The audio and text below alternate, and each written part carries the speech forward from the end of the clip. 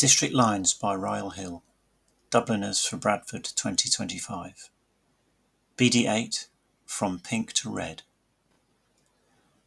I laboured out of Leeds with a hairdryer easterly on the back of my neck. Coasting downhill to Bradford gave no relief. The heatwave mired the city in inertia. No one had the energy to pull out, step out, or open a car door into me today. Sweat stung my eyes as I gulped warm water, waiting for the ring road lights. I craved the pavement shadows by little Germany's warehouses. The lights changed and I stood on the pedals. Thwack went a hand on my buttock. My heart pounded, my arse smarted. A blue saloon accelerated away, spilling laughter, an arm hanging from the open passenger window. I stopped, breathing hard, and fumbled to note the registration number on my phone.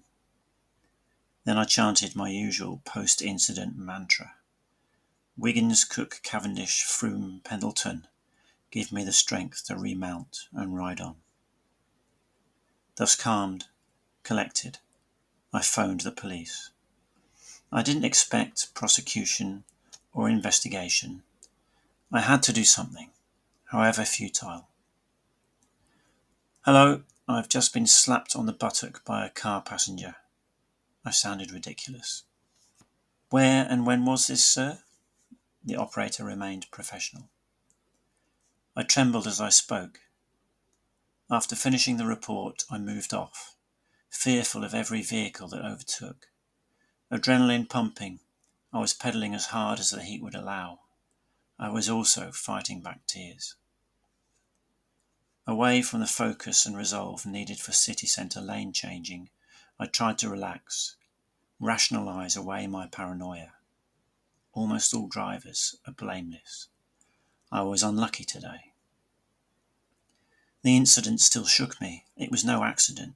There was no sorry mate, I didn't see you. The driver didn't stop and show the concern that usually follows a mistake. It was deliberate. I had learned to endure the shouts of get off the road, pay some road tax, or plain obscenities from drivers and pedestrians alike. Just people passing on their pain. This was more like the threatening revving or insistent beeping from close behind as I gave parked cars a wide berth to prevent car dooring. What overstepped the mark this time was the contact, the smack of flesh against fabric, the slapper's enjoyment. I reached the green belt, a couple of fields tufted by horticulture. Traffic was light. I scanned over my shoulder for other cyclists. There were none. I felt all the fear, pain, anger and frustration well up.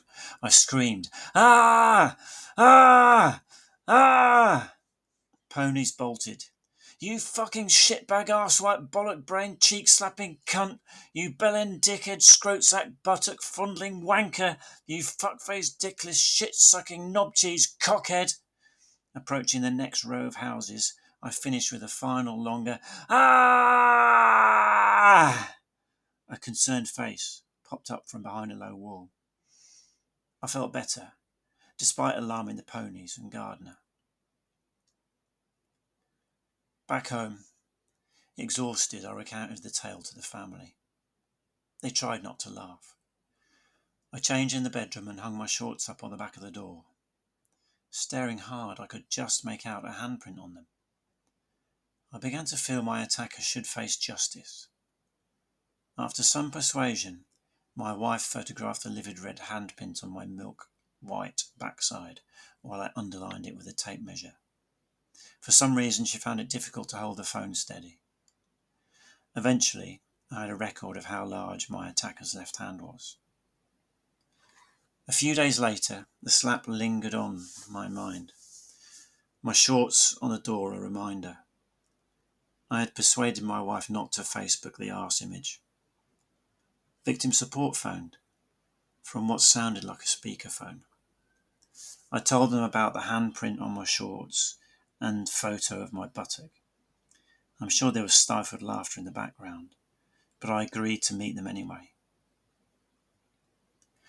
3 police officers sat on my sofa, squinting into the sunlight.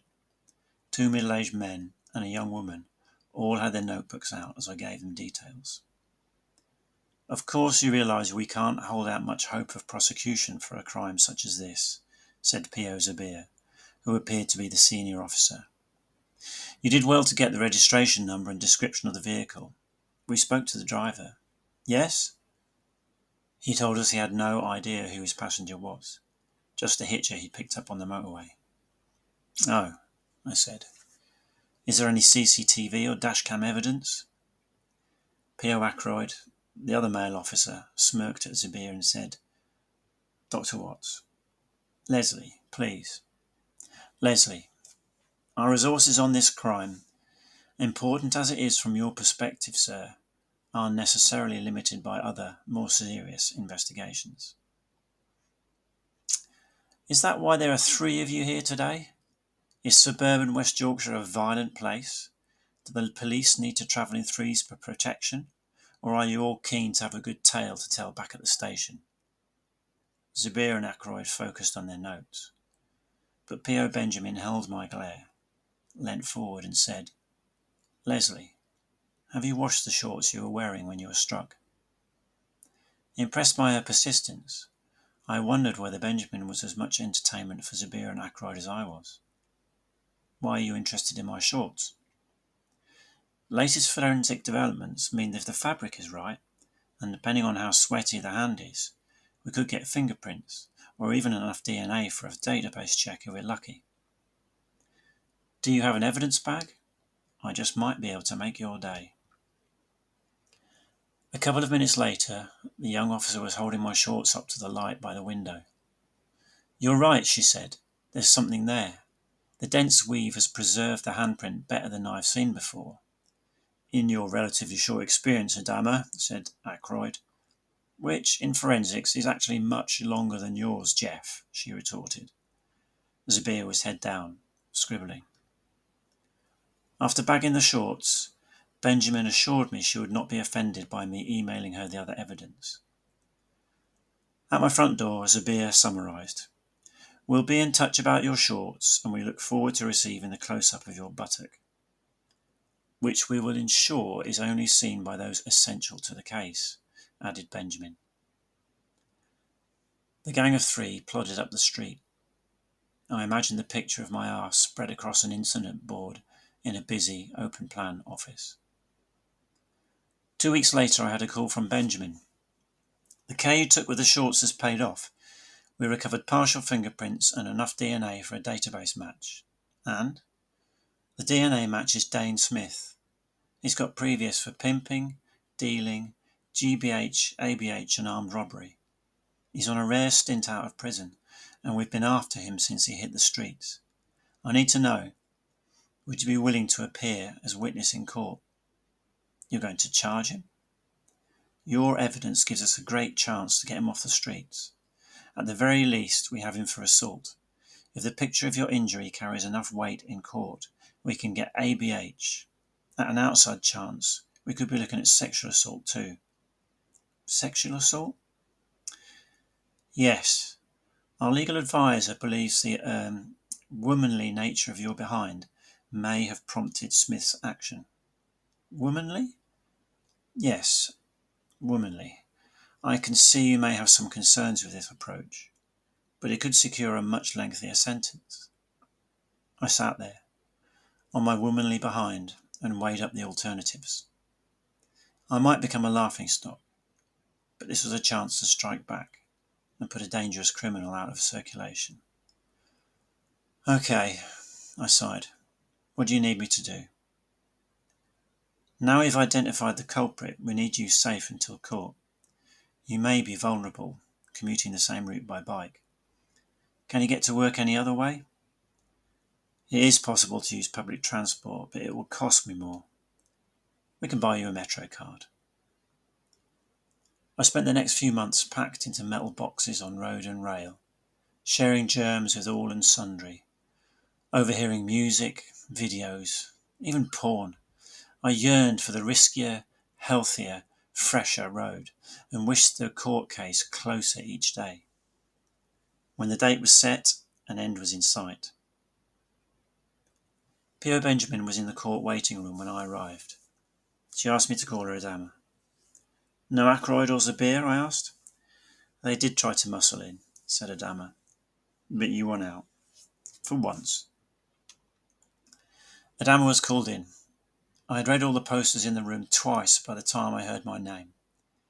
Entering court, I saw everyone in place. Judge, jury, lawyers, the defendant, and, joy of joys, a packed public gallery. Smith was looking out for me as I entered. "She's a bloke!" he blurted out, followed by a general murmur around the gallery. It's true, I am slight for a man. I keep my hair long and have wide hips. When cycling, I'm the target for many unwanted beeps, shouts, obscenities and whistles. I found that for many drivers I look like a woman on the bike.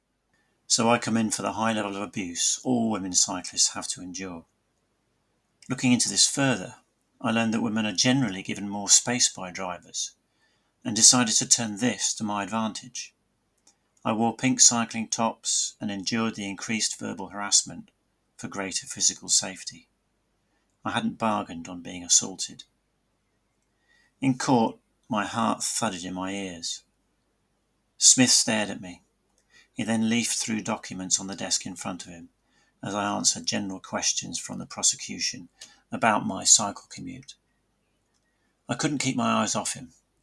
He stopped and squinted at one sheet I could see was filled with a photo, a dull, white blob. Smith's frown rose from the photo to look at me. Then I realised what he had in front of him, the image of my buttock. Smith's frown softened. He looked over to the judge, then back to me. Smirking, he pushed the sheet out in front of him on the desk so it could be seen from the public gallery above. Then he hid his mouth with his hand, looked down, and began to shudder. A chuckle escaped and was echoed in the gallery. Then he openly laughed, and the public followed. For a long time the room was filled with laughter as the judge shouted, "Silence! Silence in court!" The worst had happened. I was a laughingstock. In that cacophony, however, I was no longer nervous or afraid of the clown. I had endured the pain, frustration, ridicule, and fear. Now he could fear me. Smith noticed me dead-eyeing him and stopped laughing some time before anyone else. The prosecution barrister addressed me. "Dr. Watts, can you take us through the events of the evening of Wednesday the 23rd of August, your journey home?" I described what had happened, taking a couple of breaks to calm myself as I relived it. "Were you given any warning before the assault?" "No, the car just pulled up behind me at the lights." "Can you describe how the assault felt?" "It was extremely painful. The photo of the red mark on my buttock shows that." "Did you get a look at your assailant?" "Only his forearm as the car sped away." "What was the impact of the assault on you?" "Aside from the obvious physical impact," I paused and fixed Smith again, "I felt intimidated, victimised, and humiliated." "Thank you, Dr. Watts." It was defence's turn. "I understand, Dr. Watts, that you were wearing a pink cycling top when my client met you?" "Yes." "So you dress as a woman while cycling. A bit devious, don't you think? Or is it deviant?" Sniggers came from the public gallery. "I suppose it is devious, taking advantage of everyday sexism to enhance my own physical safety, but I fail to see it as deviant."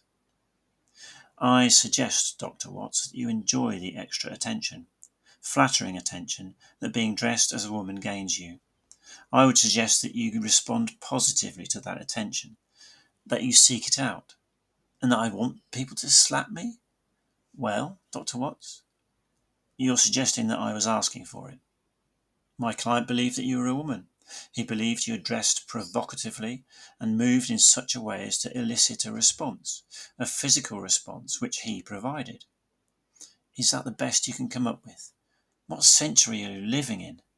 You think I dress in women's clothing and wiggle my arse when I'm cycling, in the hope that someone will slap me so hard that it shows up in a photograph taken half an hour later? Stranger things have been known. Well, not by me. I've endured train and bus commuting for months as a result of your client's actions. I need to know I will be safe from attack, that I can dress exactly how I want to increase my safety while saving money, the environment, and my health by commuting by bicycle. Your client has destroyed that. I hope for only a short time, though. I resubmit that you dress as a woman to garner attention, and that you receive the attention you desired from my client. I wear a pink top to increase my safety while cycling. Your client thought I was a woman, so assaulted me. Now you're suggesting the hardest slap I have ever experienced was the equivalent of a chat-up line. All I want to do is commute in safety. Is that too much to ask? No more questions. The judge reviewed the case for the jury, emphasising there was no doubt the accused had slapped me, and that the slap was exceedingly forceful. What they had to decide was the intent. Was it assault or sexual assault if the accused believed I was a woman and was groping me? After less than an hour, we were called back into court. The foreman of the jury stood. Actual bodily harm? Guilty. Sexual assault? Guilty. We had won. Smith was remanded in custody prior to sentencing. Adama was smoking in the bike shelter, protected from the drizzle, when I left the court. Well done, she said. How are you feeling? A little flat, really. At least he's banged up now. She nodded, exhaled the last of her cigarette as I donned my new red jacket. Not sure whether this will cheer you up, Adama said, but in questioning, when he thought you were a woman, Smith kept insisting your backside was one of the sexiest he had seen. I set off for home, trying to keep my buttocks as still as possible.